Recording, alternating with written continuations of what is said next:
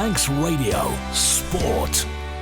It certainly is. It's Manx Radio's Saturday Sport Classified with myself, Simon Clarke. We'll have guests in the studio, Tony Mepham, rounding up the football results from the day. And we've got a draw to do for the semi-final of the GH Corlett Woods Cup as well. We've got to have the full details of today's rugby with Dave Christian as well. And with Ben Cunningham off the island, I'll be giving you all the details of what I've got in front of me, certainly of all the fixtures that happened in local hockey. Let's go through our classified results then, starting with local football. And in the GH Corlett Woods Cup quarter-finals, Ramsey Youth Centre and Old Boys 4, Castletown 3, Colby 1, Douglas Royal 2, Pulrose United 0, Braddon 3, Michael United 1, Douglas High School Old Boys 5. In the Canada Life Men's Premier League, Corinthians 2, Foxdale 3, St George's 2, St Mary's 5. No result in as we speak for the A United Moran match, so if you know that one, 166177, the usual text numbers please, or studio@manxradio.com. Onken 0, St John's United 4, Laxey 1, Ramsey 5, and Peel 1, Russian United 1. In Arden and Druggan Limited, Division 2, Governors Athletic 2, Douglas and District 0. The match between Foxdale and Corinthians in Combination 1 was postponed. Russian United 1, Peel 0. Moran versus A United, no details of that. The match St John's Onken was postponed, as was the Ramsey-Laxey match. On Arden and Druggan Combination Division 2, Castletown Braddon was postponed. No details and no scores in yet for the match in Combination 2, Douglas Athletic against Jims. So if you know that one, please, you were at the game or you were involved in it, 166177. And finally, Douglas and District 0, Governors Athletic 4. In local hockey, the results in Men's Premier League, Volkires B 0, Harlequins A 2, Castletown A 2, Backers A 10. No details of the Vikings A, Volkires A men's premiership match. So if anyone knows the score of that, please, 166177. Ladies Premier League in hockey, Volkires A 2, Harlequins A 3, Castletown A 6, Backers A 2. Men's Division 1, Harlequins B 2, Ramsey A 4, Vikings B 4, Backers C 1, Backers B 5, Castletown B 1. In Ladies Division 1, Castletown B 7, Backers B 1.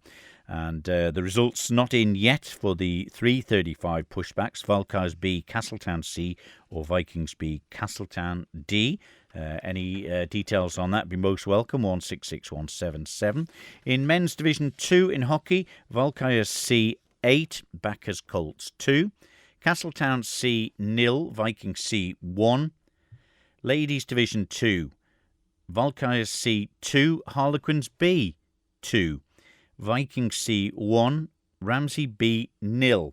And still awaiting the details for the later pushback as well.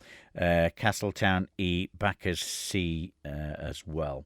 Air 7, Moran 0, according to Twitter. It says here, Tony. So, not sure about that one.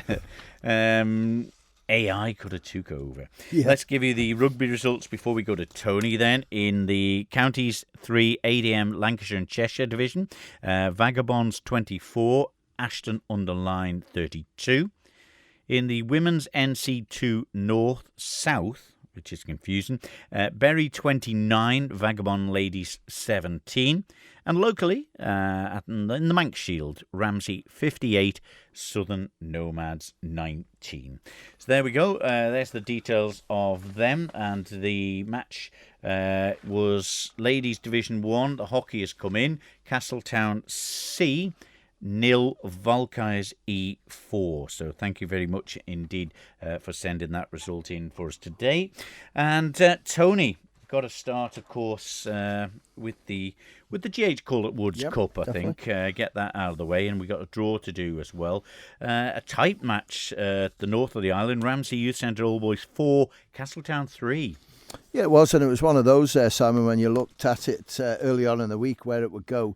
You just looked at the league table, and they're so close to each other, and you just thought it's going to be really tight, and it ended up that way. Ramsey Youth Centre 4, Castletown 3.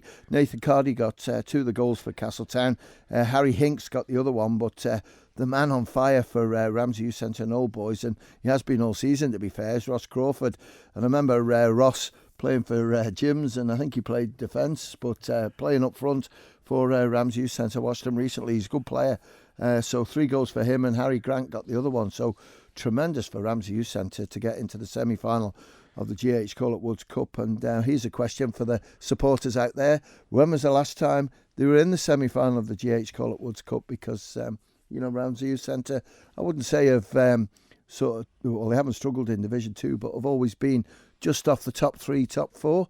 But certainly this year they're absolutely flying, with some really good, promising young players coming through. Yeah, and it brings back particularly memories for me as a youngster. Obviously, I played under 14s and stuff for A United, and I remember when it was Division 1, Division 2 sort of thing, and it was quite a lot of the time in Division 2 in them days. Yeah. And I always remember the Woods Cup, and Ayr getting to the final, and there was such a big thing about the Woods Cup, wasn't there? It was such a big thing for the Division 2 sides, like the FA Cup, to a lot of the Division 1 sides, isn't it? Yeah, I think the big problem is, Simon, is the Hospital Cup and the FA Cup. You expect the Premiership sides to be there, and I'm not saying if you get a lucky draw, sometimes you can put a performance and a half in and get through there. But, when you look at the moment, I know you're a Northern boy, Ayr United well up there in the Premier League. Ramsey are right up there, top 4, top 5 as well. And here you've got Ramsey Youth Centre, striving to see if they could get promoted. And, I think Braddon will end up as champions, but that second spot is wide open for anybody to challenge for. And it's just a great competition for the Division 2 sides, because it's Division 2 sides only. And also the final goes ahead on Good Friday, which is always a nice time to play over Easter. Everyone's got an extended holiday, they chill a bit. And we have the Woods Cup on the Friday and the FA Cup on the Saturday. So it's great. It is. Next result then in GH Corlett Woods Cup quarter-final, another tight one, and not much between them in the leagues either, Tony. Colby 1, Douglas Royal 2. Yeah, but I expected Colby to win this because they've been scoring plenty of goals of late, but today they only scored 1. We haven't got the goal scorer if you text us through 166-177, but for Douglas Royal, I know Simon Dooley scored from the penalty spot. Not too sure who got the second goal, but that's a tremendous result that for Douglas Royal because, yes, they've gained a few players from another club, but, they took voluntary relegation this year from the Premier League to Division 2 because, quite a few players left them with other commitments elsewhere, and to, again, have a good opportunity of getting through to a final on what's been a tough year for them, to be fair. Is credit to everybody who's held it all together, and we'll see what the draw comes up with later. Okay. Pulrose 0, Braddon 3, and with Braddon well on top of that division, not a bad performance by Pulrose. Brilliant performance, Simon. I'm glad you've noted it because, when you've got prolific Liam Kane playing for you, he got 2 of the goals for Braddon. Michael Hutton on the score sheet, 2 and 2 for him. Well done, Mike. All round, it doesn't matter. It's a cup game and Pulrose will take a lot from it, and Braddon will just look at it and think, we're through the semi-finals, it doesn't really matter. And it does look as if, Braddon are going to try and go for this treble, because I think the Division 2, there'd have to be a major collapse for them to come out of it. But certainly getting through to the semi-finals of the GH Corlett and the Paul Henry to play for, it's all looking good for Braddon. Okay. And Michael United 1, Douglas High School Old Boys 5. Yeah, I haven't got Michael's scorer, but Old Boys were 1-0 down, Simon. And I think it was it was early on for Michael to score, but it didn't take long for Douglas High School Old Boys to get going. George Kearns it was who equalised to make it 1-1. And then Danny Corran, Chris Coxon got 1, Cameron Brew and Jack Adams. When you look at their George Kearns, you look at Cameron Brew and Jack Adams, very young players, but good players. And they took responsibility on the game today and have got Old Boys into the semi-final. Okay, and message in, you have to have your guessing cap on. It's like for this one. And possibly the Douglas Royal scorer, Simon Dooley. Simon got one from the penalty spot. Oh, it's that Simon Dooley got both, it says. Simon got two. Good. Yeah, so, hey, on the ball here. Let's go to the Canada Life Men's Premier League then. Don't forget, we've got the draw for the GH Corlett Woods Cup semi-final to come when we've got through all the results. But, I don't know, a few weeks ago, I think Corinthians may have been eyeing up the Premiership title, but a defeat today, 3-2 at home to Foxdale, Tony. Yeah, that's a bit of a surprise, to be fair, because I looked at Corinthians' team and it was pretty strong, but credit to Foxdale. I don't know if you've got a couple of Foxdale scorers, but certainly Jay Chatwood against his old club got one of them. But Josh, he got two of them. He got two? Yeah. And Josh Ryden scored from the penalty spot for Corinthians. Dan Simpson pulled one back also for Corinthians, but Foxdale, 3-2 winners, good 3 points for them. And I think that's any opportunity of Corinthians winning the league is gone. Okay. St George's 2, St Mary's 5. Yeah, and St George has got one or two sort of players starting to come back in, but today it was left to the Allen manager to lead by example. He got one, well done, Chris, and Ed Canner on the score sheet once again. He's having a good season for Geordies, but for St Mary's, they've just got quality right the way through, and a couple of goals for Frank Jones. Joe Burquist got one. Owen Canepa got a goal for St Mary's, and a score sheet from St Mary's always has Mark Wolfenden on it now because he's in great form as well. So finished up St Mary's 5, St George's 2. Okay. A United against Moran. I've got no details of that, but I did hear a report throughout the day. Certainly A United were 2-0 up in that match. I know Jamie Collister got the second goal, just from memory this. So if you can enlighten us on that, please, 166177. We'd be grateful that we can pass out the full details of that. Onken 0, St John's 4. And this one I covered, and yeah, the talking point was probably halfway through the first half when we had... What was going on? 2 red cards at once? 2 red cards at once. Connor Dawson got sent off. It was the 2 fullbacks, had a challenge together. It was not dangerous, I don't think, but certainly Connor Dawson was judged in it, and he got a red card. And then Aaron Babb, who's an actual substitute on the sideline for St John's, got involved, and he got a red card as well, and rightly so.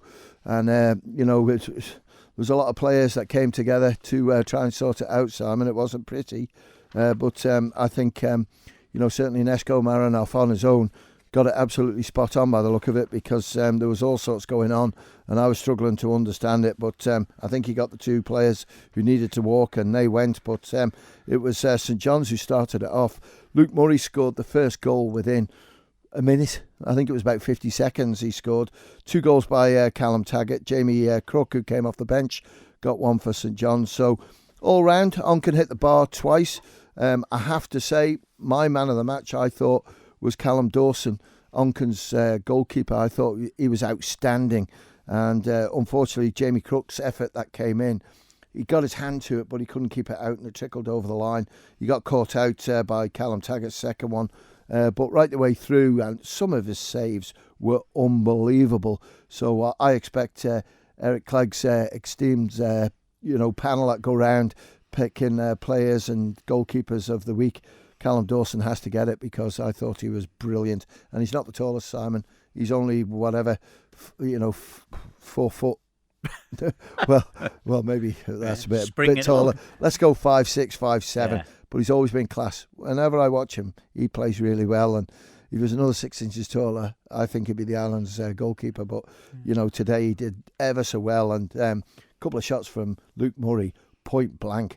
And Callum made the save, so well done to him. But I think over the last 10 years, I think, if I remember rightly, there's been a couple of Isle of Man goalkeepers that weren't the tallest, but you'll remember the names. Yeah, Max Thomas was one. Yeah. Max was absolutely fantastic.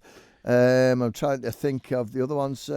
They're all sort of reasonably around 6 foot mark, but when you look at Sticks in goal for St John's, he's 6'6", 6'6", 6'5". When you saw the Not two gonna of them lob 'em. together, when you saw the two of them together shaking hands, you just thought to yourself, well, there's a bit of a difference there in height. Okay, carrying on with the Premiership then, and Laxey 1, Ramsey 5. That's a good away win for Ramsey. Yeah, it's really good, and I've got a couple of scorers missing for Ramsey, but I know Jamie Agnew got the first, I think it was.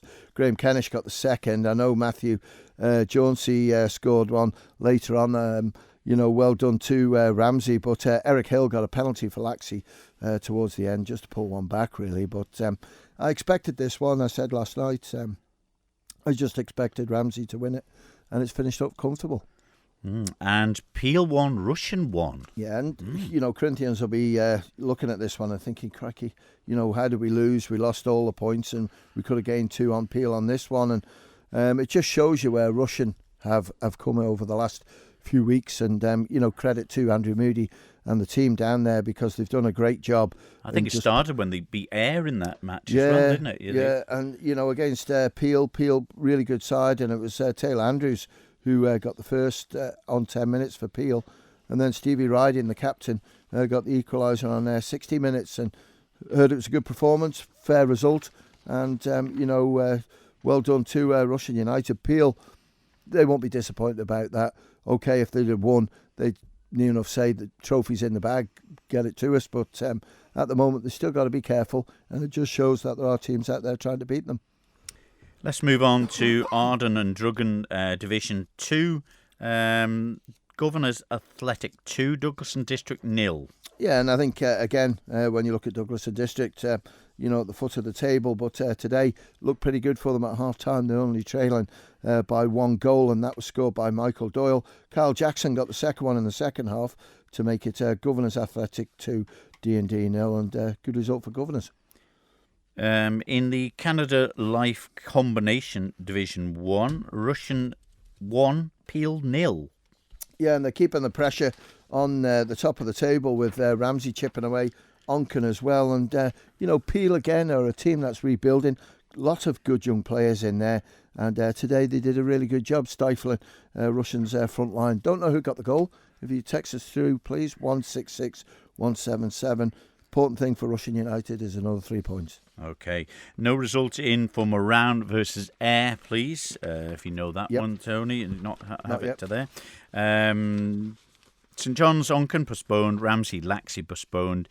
Laxey struggling for the team, Tony, was it? Yeah, what it is, half term. Yeah. Laxey got a very young squad and a lot of players away. They had to take some up in the combi and just left the combi a little bit short. Fair enough then. Arden and Druggan Limited Combination Division 2. No result from Douglas Athletic Gyms at the moment. I think we've just got it in, Simon. And thanks to Dean Turton for this one. I think I saw 5-5. Yeah, it is 5-5. Really? Good thank you, Dean, for the goal scorers as well.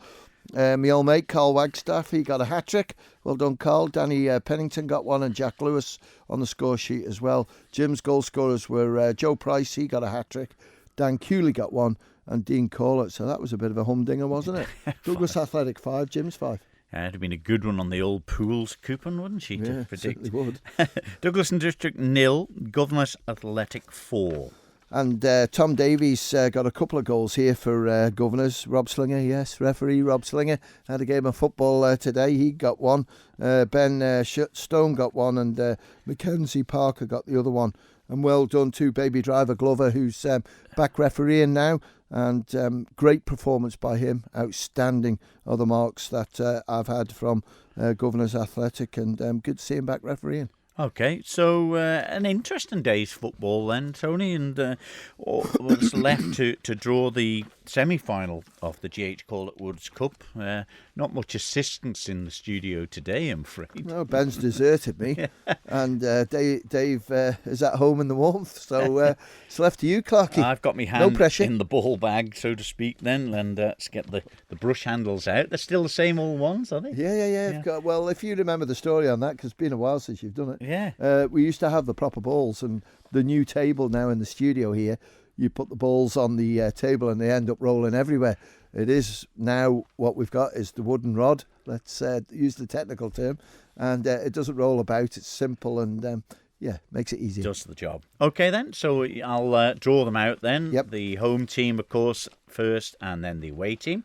First one out of the bag then is number 3, Tony. And number 3 is a home tie for Douglas Royal. Douglas Royal. Okay. And they will play number 4. And number 4 is Ramsey Youth Centre and Old Boys. Okay, and that leaves, I would imagine, the favourites, Braddon, is it? Braddon, and Douglas High School Old Boys. But let's see who gets the home tie. Number 2. Number 2 is Douglas High School Old Boys. And hopefully number 1. It is number 1. That's good. You're getting nervous there. It's Braddon. So the 2 semi-final matches for the GH Corlett Woods Cup is Douglas Royal at home against Ramsey Youth Centre and Old Boys. And the second tie is Douglas High School Old Boys against Braddon. Okay, so as we were talking about, Braddon sort of quite a bit on top of that division at the moment, so probably still the favourites. I would say so, but Douglas High School Old Boys, a very good side. I know they've lost Robbie Ward due to injury, but they've still got some very good players in there. Nathan Quayle, the goalkeeper, we're talking about small goalkeepers and how good they are. Nathan's had a tremendous season for Douglas High School Old Boys, so it's going to be a tough game for them. But I think at the moment, as soon as Braddon signed Liam Kane at the start of this season, you just thought that that could be a piece of the jigsaw that they needed, and it's proven to be the point because he's scoring plenty of goals, and that's the difference. Yeah. All looks good then for that. Any situation in the other cups? We've got the FA Cup quarterfinals on the 8th of March, which there's some really good ties in there. It's quite interesting because this is the first time we've done a sports programme in daylight for about 4 months now, so it just shows you that hopefully drier weather, warmer weather, and rearranged games, midweek games will start as well. And just to give a rough idea, we're hoping to start them on the 16th, I think it is, of April, so we'll work on that. But it's more important now to get the Woods Cup semi-finals done. So we've got the final date for Good Friday. And then we've got the Hospital Cup, not the Hospital Cup, we've got the FA Cup on the 8th of March, then the semi-finals, and then the final on Easter Saturday. So they're the important dates that we're trying to strive to at the moment. Yeah, and what about what's it been like for postponements? It's been tricky weather. It's been not too bad. Yeah, it was brilliant up until the end of November, and then it all just went pear-shaped for us, and pitches are struggling. And I have to admit, on Thursday night, I just thought, we're not going to get much here. And then it lashed down yesterday, and I thought, that's done. But we've only lost 3 games today because of the weather, which is a testament to the ground staff who look after the pitches. We've got 21 we're behind in the Premier League. That's the one I always look at, because usually the cup competitions, when the Hospital Cup starts and the FA Cup, the Premiership sides have a run in that. So there's a bit of a build-up, but we've also got fixtures now getting organised for the senior men and the women as well. So we need to get them in place as well, because it's Island Games here, and they need to be prepped up ready for the start of July. Okay. Thank you very much indeed for the texter. Ayr must be in the Premiership here. Ayr 7, Moran 0. Nick Hurt on the score sheet. Wow. I thought Nick had a bit of an operation or something like that. I'll tell you what, I was talking to Nick last Saturday, and he's had a bit of a back-up, and he played a game, and then he didn't play last week against St Mary's, and he said he could feel it a little bit and he's going to take it easy, but I think it's needs must at the moment, because he still feels that they can win the league, and they're just short of players with injuries and stuff, and credit to him. Dedication to the cause. I won't give his age away, but he's close to 50. Is still scoring away with goals, and it just shows you how good he is. Yeah. Okay.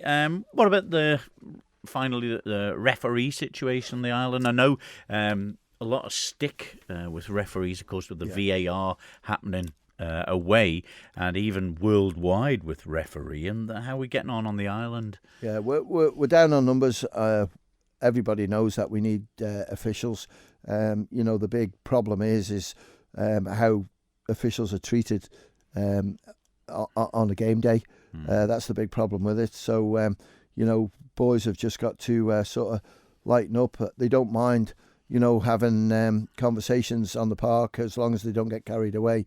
But it's so important, because if it continues, some of the referees are just going to walk away, and it has to stop. And I know we can sort of try and do whatever we can at the FA, but if players act irresponsibly on a Saturday to an official, and the official just says, "I'm done," then we could be losing games. So hopefully it doesn't come to that. There's some really good referees that have come in this year.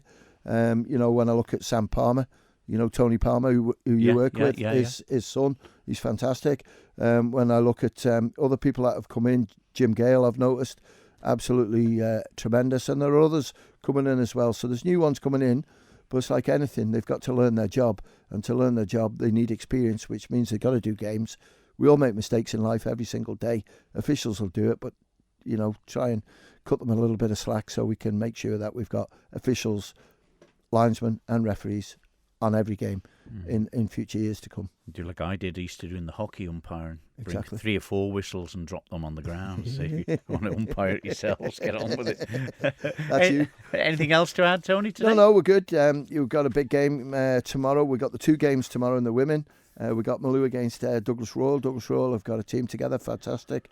And the other big one is Corinthians against Peel, which could be a bit of a league decider. And Peel have got the bragging rights. They've just beaten them in the Floodlit Cup 2-0. And, Corinthians will be looking to see if they can sort of take the league away from Peel. Okay. Thank you very much indeed, Tony. And, of course, in action this evening at the Bowl. Let's have some details on that. Held to a frustrating draw last time out, can FC Isle of Man go one better this evening when they return to the NWCFL Premier Division? Tonight, the Ravens are back at the Bowl as they take on Colne, who are battling for survival at the foot of the table. Join me, Rob Pritchard and Tony Mepham for FC Isle of Man versus Colne, kicking off at 6 p.m. tonight. Manx Radio will be bringing you full live match commentary on our DAB and AM 1368 channels. Live coverage of FC Isle of Man on Manx Radio is supported by Selton, investing in our community. Manx Radio Sport. It certainly is. It's 5:30 exactly. And let's get the latest from our 3 rugby matches. One of them on the island. Well, 2 of them on the island today. Well, one of them on the island today. No, 2 of them, wasn't it? Dave Christian. It was indeed, Clarke. 2 on the island today. Counties 3, ADM, Lancashire and Cheshire. That was definitely on island. It was at Bella Fletcher, and Vagabonds just lost out 32-24 to Ashton-under-Lyne. Vaggers took an early lead. Tom Gascoigne tried just 5 minutes in. That was converted by Cam Finlay. Ashton then pulled one back before Dave Keenan crossed for Vaggers for the first of his 2 tries of the afternoon. Finlay's second conversion gave Vagabonds a 14-5 lead. However, Ashton-under-Lyne then grabbed the game by the scruff of its neck and ran in 4 unanswered tries and led 27-14 at half-time. Vaggers had early pressure after the break, but despite that, Ashton-under-Lyne grabbed another try. That put them ahead 32-14, and it's at that stage the Vaggers comeback started. 15 minutes from the end, Dave Keenan in for his second of the game.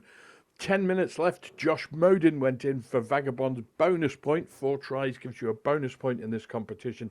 However, that was the end of their comeback. Ashton-under-Lyne in 10th place in the league after that win. Vagabonds in 11th, just behind them, but not long left in terms of competition. There's only about 4 or 5 games left, and Vagabonds, well, they're next to bottom. They're not going to improve on that greatly. Orrell still remain bottom, and they're 7 points behind Vagabonds and have played a game more. But Vaggers, I don't think they're going to get much more opportunity left with the remaining fixtures, because they're mostly against teams at the top end of the table. Their next game is against Burnley away at Burnley. No, it's not against Burnley. What am I talking about? It's at Bury on the 1st of March. So that's Vagabonds versus Bury, 1st of March, which of course is next today. And I think Bury beat them at Bella Fletcher. So it's a bit of an uphill climb for them now coming towards the end of the season. Vagabonds ladies were playing Bury this afternoon. That was off Highland in women's NC2 North-South. I heard you sounding puzzled there, Clarke, with the league title. It is a little confusing. However, women's NC2 has a northern section, and in that northern section there are two divisions. One of them is called NC2 North-North, and the other is NC2 North-South. Which is perhaps an unfortunate way in the leagues, but the divisional organising committee were responsible for that. And sometimes they do read a little bit curiously. They beat Bury 70-0 at Ballafletcher earlier in the season, but today lost 29-17 away from home. Malin Campbell went in for 2 of Vagabond's 3 tries. Becca Hicks get the Sammy McDonnell, as I say, kind of meatloaf of penalties. 2 out of 3. It ain't bad, but it ain't a full house either. Result leaves Vagabonds in 4th place with just 2 matches to play. They've still got a mathematical chance of finishing in the top 2 in the promotion places, but it is really an outside chance now. They've got to win both their remaining matches and hope somebody else does them a bit of a favour. And finally, in the Manx Shield, Ramsey beat the big Southern Nomads at the Murrock Park. I thought the game would be a lot closer than this, which just goes to show how little I know. Number 8 for Ramsey, Josh Catine, led the field. He scored 4 tries all on his own, and there was also a hat-trick from Ramsey captain Matthew Meakin. After a scoreless opening 10 minutes, Catine opened his account, Meakin swiftly followed, and then there were further tries from Brandon Atchison, Steve Neal and Meakin with his second. And Tom Moffat gave 3 conversions out of all those to give Ramsey a 31-0 half-time lead. Catine got his second try just after the break, and then Nomads finally came to the party with a bit of wind assistance. I think the wind going down the pitch, so Nomads had a slightly easier second half, I think. Ollie Howard went over for their first try. Catine then quickly scored tries 3 and 4 and pushed the Ramsey lead out to 46-5. Mark Young hit back for Nomads, and he converted his own try, but Ramsey weren't going to be denied. Will Millsop went in for a try in the final 10 minutes, and there was just time enough for Meakin to complete his hat-trick. Jared May crossed for a late consolation try for Nomads, with Mark Young adding the extras, but there was no denying Ramsey this afternoon. They were in a pretty ruthless mood, and 58-19 is all you need to know about the game. Okay, and anything exciting coming up fixture-wise for any of the teams involved in action today? The problem Vagabonds have, I think, in Counties 3 ADM is that the league was rearranged just before Christmas after a couple of teams dropped out, and it's given them a terrible run in. They've had a game every weekend. There's no rest for them. They've accumulated a few injuries, so the pressure was on them. They've picked up a couple of wins, though, which is decent for them, and they can look forward perhaps to next season now. But at the minute, they've got games right up until the end of March, and I think the first weekend in April as well. April, we'll see the Manx Cup get going. That's after Douglas and Vagabonds finish their league fixtures, and we'll see Ramsey and Southern Nomads go into that. Ramsey and Southern Nomads, of course, are both in Cheshire finals. Ramsey in the Cheshire Vase, Southern Nomads in the Cheshire Bowl. Ramsey will be playing New Brighton, and we're not clear who Nomads will play just yet. I think it's likely to be Aldershot. But we're waiting for details from the organising committee for that, who will tell us when and where the games will be played. We suspect they'll both be played at the same ground, and the Isle of Man can have a big day out somewhere on Merseyside. But no news yet, but that's coming up towards the end of this season. Okay, Dave Christian, thank you very much indeed for your reports throughout the day and here on Saturday Sport Classified. Off to watch more of the Six Nations? I'll just get the England-Scotland second half. Okay, good man. Thanks, Dave. As always, to Dave Christian, great comprehensive report on the local and rugby from off the island that the local teams are involved with as well. Right, let's do our hockey very shortly indeed. but I'm going to tell you a little bit about boxing. Well, tonight, a selection of the Isle of Man's up-and-coming talents in boxing will take to the ring in the Manx capital. The inaugural Manx Challenge Cup takes place this evening at the Mepham Arena in Douglas, with 17 bouts featuring a wide range of age ranges. The event sees Manx ABC squad take on UK opposition from the East Midlands select team. Manx ABC coach Peter Roberts says there's a steady flow of new talent in the sport locally right now. Plus, he explains how the different experience for tonight for the athletes who will be competing in this environment for the first time.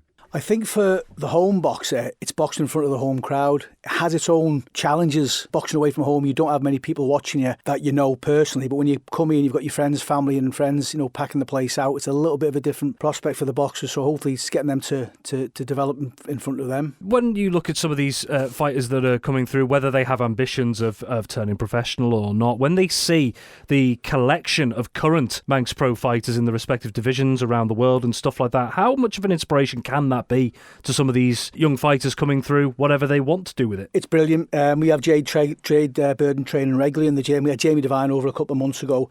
They're in amongst the lads and ladies when they're boxing and training as well, and they look at them, they see where they are, they see them on TV or see them in the photo shoots and all that, and hopefully that's where they want to get to, and they see what the work they put into when they were an amateur. They're not far away from it. So turning back to the show then, for those who don't know, what's the format going to be like this weekend? I'm excited myself for this one because we've got our first batch of young Rockies, little Rockies. I've had little Rockies run now for 3 years, from 5-year-old up to 10-year-old, and we've got 3 of the little Rockies actually competing. They've come through our little pathway, so we've got 3 of them competing for the first time. We've got a couple of new first timers as well. We've got 17 bouts altogether, so it's going to be an action-packed show. And in terms of those bouts, how big a range can we see? You've already mentioned some of the younger competitors, if you like, getting their chance to compete in that environment. But as in terms of the different weight classes and whatever involved, how diverse is it? Couldn't be any more diverse than what it is. We've got young Stanley Fick, 10-year-old. It's got his first skills bout. Right to the top of the 2, we've got now Tom Murray, who's now Captain Tom Murray. We've given him the captaincy. We just nice to announce he's been on the Isle of Man long list for the Commonwealth Games coming up, so he's got a year to qualify. So from Stanley Fick, 10 years old, to Captain Tom. And for all those who maybe have a bit more experience at the other end, what are the kind of bits of advice that they can give to others, or kind of impart on themselves almost, to manage the occasion and also manage their opponent? Yeah, good question that. As I said, the young kids, it'll be brand new to them. You've got nearly 1,000 people watching them. You've got the lads who've boxed before. You've got Pedro, he's been around. I said Tom again. They're being captain is really, really good captain. When they get there, they see how big it is actually physically. When the people start coming in, and it's quite a it's quite daunting experience for these kids. And with the seniors around them, and even some of the junior lads, they boxed a few times there before. The Sawinski twins, they've been there before, boxed at that level, and they can see they can encourage the young lads, stay with them, and hopefully get them through it. From your perspective, how pleased have you been with the progress that Manx ABC's been making over the last few years? That you've got quite a lot of shows now under your belt as a club as well, but you're seeing more and more continually coming through the ranks of different ages, different abilities, and different weight classes, for example. It's brilliant, Rob. It's a conveyor belt. Absolute conveyor belt at the minute. Like I said, from the little Rockies right the way through to the new lads coming through. It's hard to keep up with them, to be honest with you. I've got 17 bouts on now. I've got 28 registered boxers, so there's a lot of people missing out on this show, which I'm going to put more shows on this year, obviously, but it's hard to pick and choose them now. I'd like to do it, but we've got to do it. We can take some those who haven't boxed on this show will be going away to compete over there. But again, we lose people. Like TJ's going away to the team captain now is going away to live. Obviously, Jade's turned professional, and Big Mike Losborne, he's just turned professional. So there's 3 we've lost, and we've got more than enough to fill in for their spaces. Just coming back to something that you sort of touched on before about Commonwealth Games, for example, Glasgow 2026. We're waiting to hear, I suppose, how it's really going to pan out. But events like this, how big a platform can they be at this stage for maybe those who might have ambitions of heading to Glasgow? Proper real learning curve. The logistics of the Commonwealth Games have a massive compared to this year, but to box in that arena, there's not much difference. I'm saying 1,000 people nearly in the Mepham Arena. You'll get that at a show. You won't get that at a show, in the UK. You get 400 or 500 people watching you, and the expectations of the fans, because of the home boxer, the lights, you'll have a streaming camera in there. It's a lot to take on for young kids. And if they get this on at an early age, the further down the ladder they go, they find it a little more easier to step up when it needs to be. And that leads me nicely onto my next question then. So for those who are starting out in this process, working their way through the system, just how valuable is this sort of experience and skill set down the line? Invaluable. Absolutely invaluable. Little things like getting weighed in. The weigh-in's going to be on the day. Usually if you're boxing at top level, the weigh-in's the day before. A bit more time to relax. It's quite hectic. The day of the show here is really hectic for the boxers. And like I said, we've got some good, clever heads around us that can calm the lads down. It's quite intimidating. You've got people you don't know before, the big team coming from across, they've all got the same tracksuits on, it looks quite daunting, and they've just got to, they can deal with that at this early stage, and when they step up to the level, then they find it quite easy going up. There we are. That's the latest news from the boxing fraternity there. Rob Pritchard talking to, Peter Roberts from the Manx ABC, the coach of boxing. Let's head down to the bowl. It's a big night for the Isle of Man, FC Isle of Man against Colne. And I think we can join Rob Pritchard down at the bowl for the latest team news, Rob. Yeah, thanks, Simon. Very good evening for the first time from the Bowl Stadium this evening ahead of this NWCFL Premier Division encounter between FC Isle of Man and Colne, with kick-off in 17 minutes' time at 6 p.m. We can bring you team news now. Let's start with the host, FC Isle of Man. Just two changes to the FC Isle of Man side that drew 1-1 with Barnoldswick Town 7 days ago. Tom Creer and Ronan McDonald drop out. Coming in, Luke Booth returning from a minor injury over the past couple of games, and Ryan Burns coming in to bolster the defensive options. The FC Isle of Man starting 11 is as follows. In goal is Adam Killier, and then it's Callum Sherry, Jacob Krug, Alex Maitland, Carl Watson, Steve Whitley, the captain, Sam Baines, Adam Adebayi, Dean Pinnington, Charlie Higgins and Jack McVeigh. Substitutes for FC Isle of Man are Harley Jackson, Sean Doyle, Jean Marquez, Luke Booth and Ryan Burns. A few more changes though for Andrew Harrison and Paul Bradley's Colne side. They only had a squad of 15, so a space that was unfilled in their 2-2 draw against Charnock Richard in midweek. 3 of the members of that squad drop out. They are Connor High, Thomas Clamp and Lewis Royal all dropping out. 4 come back in to mean they've got a full complement of 16 coming to Manx Shores this weekend. Charlie Rowlands White Oak and Miles Story, they're in from the start, and then it's Dylan Meredith and Joseph Pennington adding options on the bench. So the Colne starting 11 is as follows. In goal is Henry Turner, and then it's Jack McKinley, Jordan Fitton, Shaquille Ali, Samuel Holt, Charlie Rowlands White Oak, Alfie Walker, the captain Alex Ray Harvey, Rio McAvoy, Miles Story and Jack Holt. And the substitutes for Colne are Jude Entwistle, Tristan Fitzpatrick, Mohammed Butt, Dylan Meredith and Joseph Pennington. Your referee this evening is Thomas Fox, and his assistants are Matty Shaw and Liam. For FC Isle of Man, the message has been simple from the manager this week. We are still in the fight for the promotion play-off places. He says that the belief is still there, and despite an inconsistent run, particularly so far in 2025, they'll be hoping and very much needing maximum points against a Colne side that have struggled so far this season. FC Isle of Man, they came into this weekend 9 points off the playoff positions, with 2 of the teams above them, West Didsbury and Padiham, with games in hand on them as well. There really is not really much margin for error now if FC Isle of Man do have those ambitions to be pushing towards the top 5 places.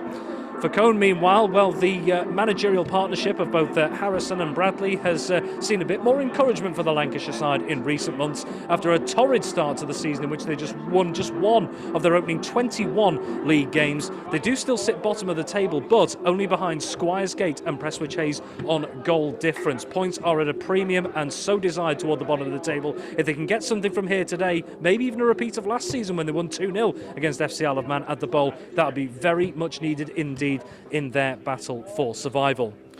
So, can FC Isle of Man keep their playoff hopes alive in their rise? Can Colne keep their plans for survival alive? Well, we'll have to wait and see. Kick off at 6 p.m, FC Isle of Man versus Colne, and we've got full live match commentary coming your way on Manx Radio AM 1368 and DAB from just before 6 p.m. Thank you, Rob Pritchard down at the ball, just in time before they get in there. Right, let's get into our hockey. I think I've managed to compile with Ben Cunningham being off Ireland today. Thank you to everybody who has put all the results in for us today. Let's start off with the results then from the Men's Premier League. Volkers B 0, Harlequins A 2. Alfie Swales and Ronan Santonglia, I think is the way you pronounce that. A determined Volcars B apparently made it tough for the Harlequins today.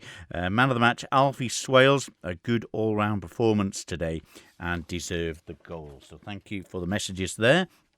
Castletown A2, Backers A10. And it was Matty Gorry and Corbin Stewart for Castletown. And for Backers A, Carl Moore with a hat-trick, Jamie Brown with a hat-trick as well, Elliot Reid with 2, Tony Bentley Roberts and Will Wiseman on the score sheets in the 10-goal match against Castletown today. The message in, a big thank you to Hannah Leese and Kenny Valerga for stepping in to do one half each umpiring to make sure the game could be played, and all important as well. No details of the Vikings A Volcars A men's premiership match, so if you know that one, let us know. 166 177. Let's get into the ladies premiership match then today. Volcars A2, Harlequins A3. Ellen Cleater with both goals for Volcars A. For Harlequins, Rachel Middleton, Emily Middleton and Emma Worsfold were the scorers there. Volcars took an early lead, but Harlequins' link-up play was good and they capitalised on this. Player of the match, Ellen Cleater, as voted by the team. 2 cracking goals and some great midfield play. Not voting for myself, she said. So thank you very much indeed for the information on that. And Vikings A against Ramsey A. Vikings A 5, Ramsey A 1. Half-time score was 2-0. The scorers for Ramsey, Sophia Cosgrove, and the player of the match, Sarah Conrade, in defence, putting up a great shift in there. So thank you for the details of that. And also, let's see, Men's Division 1. Let's get into that one. Harlequins B2, Ramsey A4 is the details on that. Peter Nuttall for Harlequins and Josh Hollenby. And for Ramsey A, Dan Cross, Alfie Melling with 2, and Dan Hurd was the scorers as well. Alfie Melling winning the player of the match as well. Vikings B4, Backers C1. Jacques Wasserfall with 2, Lee Cowell and Sam Spooner. Oh, good old Sam on the score sheet for Vikings B. And for Backers C, Christian Davis and Dave Wiseman, the scorers there. The player of the match voted in that one, Charlie Bell in that. Also, Backers B5, Castletown B1 is the latest score there. The final score in that one. Douglas Quayle with 4 of the Backers B goals. Will Wiseman playing his second match of the day on the score sheet as well. And for Castletown B, Bryn Ford Jones, the scorer in that one. And a great game played in balmy sunshine at Castle Rushen High School. An improved performance from the town, saw periods of pressure in front of the Backers goal, but ultimately Backers were able to capitalise on some good play going forward and some well converted corners. Town dug deep in the second half and again put in some good spells of pressure, were unable to break down the tough defence. Great game. Many thanks to Mikey and Elliot for a well-umpired game as well. Town man of the match, Steve Mulhern. Oh, he's on the telly, isn't he? For filling in across the park and disrupting play with incredible work rate. So it's nice to get them all mentioned on the programme today. What else have we got? Ladies Division 1, Castletown B7, Backers B1. Kira Kelly, Eden McCubbin with 2, Gypsy May Quirk with 2 as well. Ella Grace Edwards on the score sheet, also Faith Watterson, the scorers for Castletown. Volcars B4, Castletown C1. I think I've got the details of that here. It was half-time, 1-0. Andrea Lace Brace and Leanne Brew with the score, and Max Jones as well. Good battle from both teams, thanks to umpires Andrea Lace, player of the match, effective all over the pitch. So there we go. That was the details of that. And also, Yeah, it's the same message. So thank you for the results on that one. Vikings B1, Castletown D 0. So Vikings B1, Castletown D 0. I think I've got some details on the sheet here. So if I can find it. Nah, I'm not going to find it in a minute. Yes, Vikings C. No, that's Vikings B. Let's go on to the men's Division 2 then. Volkayers C8, Backers Colts 2, Ryan Thomas with 2, Chris Thomas with 2, Johnny Kane with 2, and Mike Flowers with 2. So all getting on the score sheet for there. And Ryan Thomas winning the man of the match in that game as well. Castletown C0, Vikings C1. Danny Kane with the goal. The man of the matches voted for Theo Robertson for Vikings and Joe Shuttleworth, the Castletown man of the match as well. Ladies Division 2, Volkayers C2, Harlequins B2. Abby Callow for Volkayers and Poppy Kelly, and Laura Smith and Emma Worsford for Harlequins B, and Angel McPhee Bell winning the player of the match in that game there. Vikings C in Ladies Division 2 1, Ramsey B 0. Ellie Harris with the goal there for Vikings, and Katie Jacobs, the man of the match for Vikings, and Abigail Harvey having a great game for Ramsey as well. In the Castletown 0, Volkayers B4, player of the match Julie Farragher and Sophia Grounds for outstanding work in defence. And I got a message in that I must read out here about the match. Julie Watterson playing her first game in 12 years. Is that correct? Incredible. And, coming out to play a great game there by the sounds of things. So well done to you. And Kirsty Cooper in that ladies match we mentioned, Vikings A5, Ramsey A0. Kirsty Cooper with 2, Kim Carney 1, and Eleanor Cayley with 1, and Morven Smith. Player of the match, Cara Yule, with some pivotal runs down the right and supplying some great overlaps in defence. So there we go. Sorry it's a bit bitty today, but obviously it's been a couple of years since I've been able to get in the chair to do the Saturday Sport Classifieds, but all will become clear. Ben Cunningham will be back, I think, next week on the programme, and, I'll be back, you never know when on Saturday Sport Classified. Many thanks to Dave Christian for all his rugby results today, and also to Tony Mepham for his comprehensive roundup of today's football, and everyone who has put in the scores for today's hockey and the little reports as well to help us get through the day today.